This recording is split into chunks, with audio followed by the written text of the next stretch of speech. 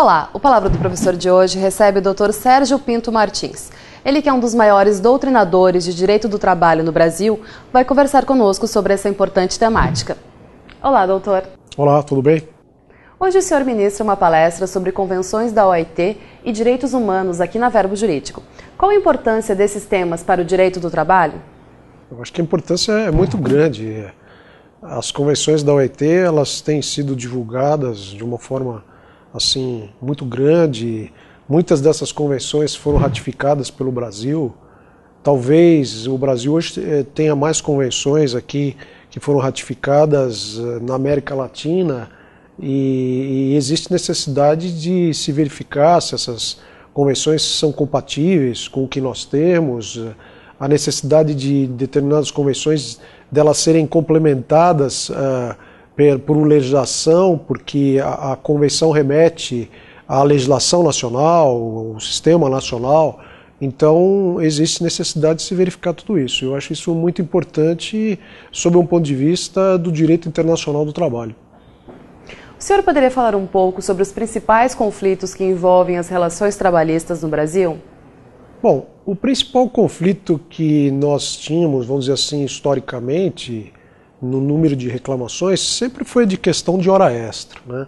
As reclamações, de um modo geral, elas, quase todos os processos, na grande maioria dos processos, seria a respeito de horas extras.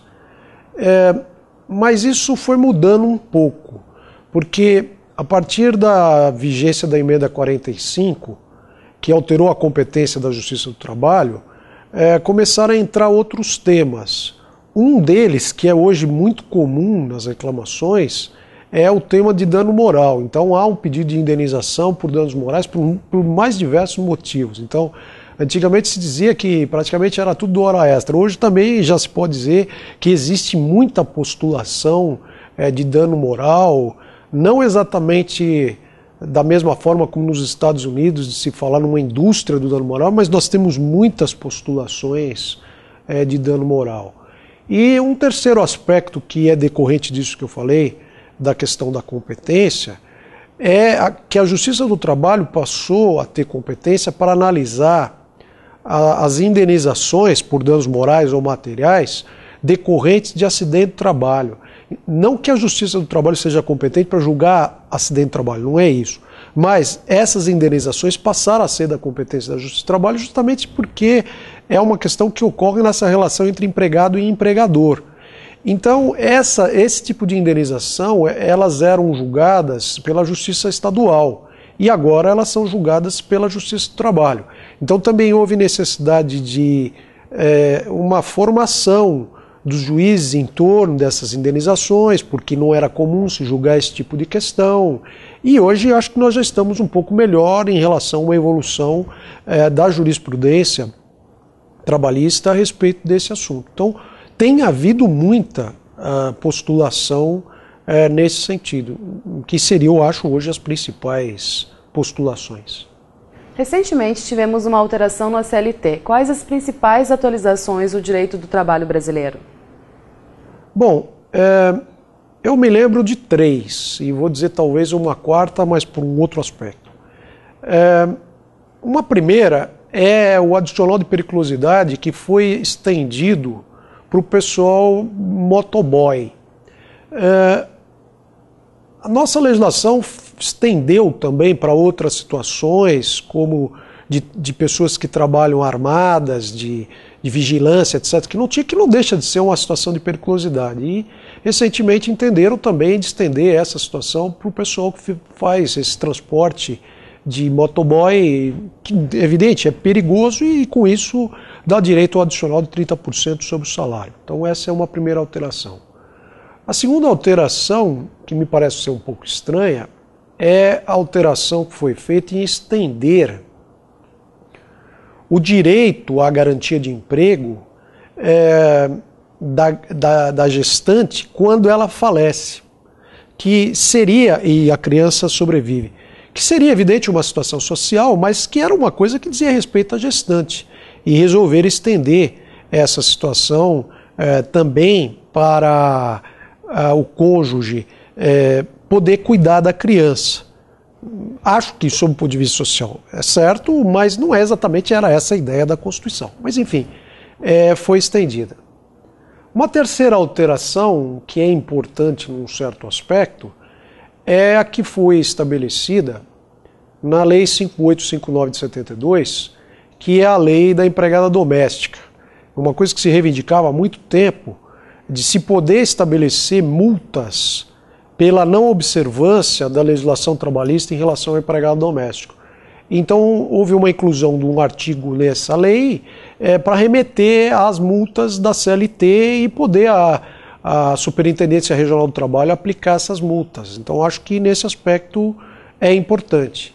E uma quarta afirmação que eu faria, que não é uma lei que saiu, mas é uma lei que está para sair, que é a regulamentação da Emenda Constitucional 72 sobre o trabalho da doméstica. Porque essa lei que eu falei de 72, ela não foi feita para aquilo que houve de extensão de direitos com essa Emenda Constitucional número 72 do ano passado.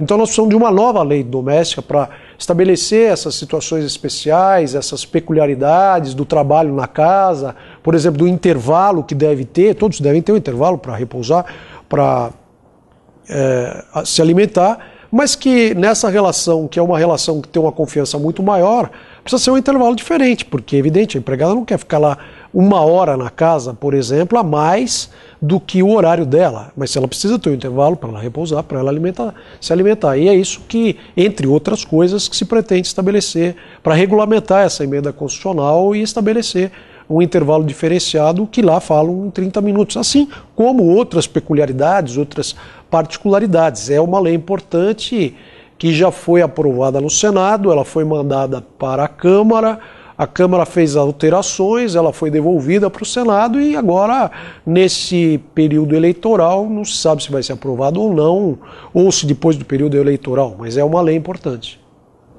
O que podemos fazer para estabelecer melhores condições de trabalho? Bom, eu acho que a lei não resolve todos os problemas de um modo geral, mas o nosso sistema é um sistema legalista. Então ele existe, ele sempre foi assim, você parte da Constituição, tem a lei, etc. Eu acho que a melhor solução seria, se fosse possível, a negociação entre os sindicatos de empregados e empregadores que estabeleceriam condições de trabalho. E estabeleceriam condições de trabalho peculiares para cada uma das atividades em que prestam serviços os trabalhadores para os empregadores. Então, eu acho que essa seria a melhor solução, uma solução negociada, uma solução democrática, uma solução que atende essa peculiaridade de cada categoria. Porque não se pode estabelecer uma norma que tenha essa característica nacional. Porque, vamos dizer assim, uma coisa é você estabelecer um determinado padrão, um determinado direito para Sul e Sudeste. Outra coisa é você estabelecer para o resto do país, que muitas vezes não tem condição de cumprir aquilo. Por exemplo, a Constituição de 88 estabeleceu que o salário mínimo é nacionalmente unificado, porque antes eram os salários mínimos regionais, por estados. Isso teve a vantagem de evitar que as pessoas saíssem de um certo estado para ir para o outro, porque o salário mínimo é maior nesse outro. Mas também tem um aspecto negativo porque atenderia a peculiaridade de custo de vida de cada região. Por isso que eu estou dizendo que nesse ponto, se você estabelecer uma lei que é nacional, ela tem essa característica. Num lugar ela é cumprida, num outro estabelece o salário mínimo e nem isso não é cumprido, que é o mínimo que deveria ser. Por isso que seria o ideal se nós tivéssemos essas possibilidades de se estabelecer isso por meio da negociação coletiva entre os sindicatos. Poderia até ser feito por intermédio do contrato de trabalho, estabelecer os direitos no contrato de trabalho, mas não é essa a nossa tradição. A nossa tradição é uma tradição legalista do sistema estabelecido pelo Estado e de menos negociação coletiva, salvo naqueles lugares em que os sindicatos são fortes, como de metalúrgico, de bancário, etc. Mas isso também não acontece em todo o Brasil, e sim em algumas regiões. E qual a dica que o senhor deixa para quem pretende seguir a magistratura trabalhista? É difícil. Bom, Talvez duas coisas. Eu acho que uma primeira é que a pessoa que vai para a área do direito e se vai para a magistratura é uma pessoa que precisa gostar de ler. Se a pessoa não gosta de ler, não adianta, porque não é essa área. A gente vê na área do direito, por exemplo, que quem não gosta de exatas, de matemática, etc., é que vai para o direito. Mas para ir para o direito, ele tem que gostar de ler. Se ele não gostar de ler, ele não vai para frente. Então esse é um primeiro aspecto. E num segundo aspecto, que seria talvez uma consequência disso, é que vai ter muita coisa para ler. Então, no direito, sei lá, às vezes você faz uma matéria num semestre, você vai ter, sei lá, 200, 300 folhas de um livro para ler, por cada matéria. Então, é normal isso, e para o concurso, mais ainda. E a pessoa, evidentemente, tem que se dedicar a estudar isso muitas horas por dia para poder saber essas matérias. Por exemplo, na área da magistratura do trabalho, eu acho mais fácil, num certo aspecto, é que as matérias, vamos dizer assim, a quantidade de matéria é menor. Direito do trabalho, processo, não estou dizendo que é só isso, mas é menor. Agora, se eu vou para uma área estadual, eu vou julgar várias matérias, direito administrativo, penal, civil, tributário, então é uma coisa muito mais ampla. Quer dizer, na área trabalhista isso fica mais restrito, mas com essas ampliações de competência, etc., também ampliou muita coisa. Eu costumo dizer assim, eu me formei em 85, eu acho que eu teria que fazer um outro curso de Direito, porque tanta coisa mudou em todos esses anos. Principalmente, nós tivemos uma nova Constituição em 88, nós tivemos um novo Código Civil em 2002, nós tivemos várias leis que eu não estudei, por exemplo, porque não existia Código de Defesa do Consumidor, Estatuto da Criança e do Adolescente, e outras leis, e nós vamos provavelmente ter um novo CPC. Então parece que eu teria que fazer um outro curso, porque eu não vi nada disso e eu fui obrigado a estudar por minha conta muita coisa, lógico, aquela parte que seria mais ligada ao trabalho. Então eu acho que é uma coisa de persistir, é uma coisa de perseverança, se é isso que a pessoa quer, se é isso que a pessoa gosta, mas tem que estudar muitas horas por dia. Eu lembro que quando eu fiz o concurso, eu estudei muitos dias, eu trabalhava, às vezes começava a estudar às 5 horas da manhã, ia até a hora que dava para depois de trabalhar, às vezes estudava no fim do dia, no fim de semana eu estudava 16 horas por dia, era muita coisa, e as pessoas têm que ser determinadas nesse sentido para conseguir entrar na magistratura. Não é algo impossível, mas é uma coisa que exige dedicação. E mesmo depois de passar no concurso, é uma coisa que continua exigindo um aperfeiçoamento contínuo, da pessoa continuar estudando para poder decidir os processos. Eu, por exemplo, prefiro estudar muitos temas antes, e você já tem uma ideia desses temas, e às vezes ter uma ideia de onde procurar para poder decidir, do que simplesmente você ter um caso de uma hora para outra, às vezes complicado, que você nunca leu nada a respeito daquilo, nem sabe onde vai procurar. Então realmente é difícil. Então exige tudo isso, e exige também essa dedicação, e que são coisas que às vezes são mais difíceis. Por exemplo, aqui no estado do Rio Grande do Sul, a magistratura em geral, não só do trabalho, mas estadual, implica muitas vezes que a pessoa vá para o interior e às vezes vá longe da capital, o que também é mais difícil, é questão de adaptação, é questão de família, etc. E então as coisas são mais complicadas também em razão de tudo isso. Tá certo, doutor, obrigada. O Palavra do Professor de hoje fica por aqui.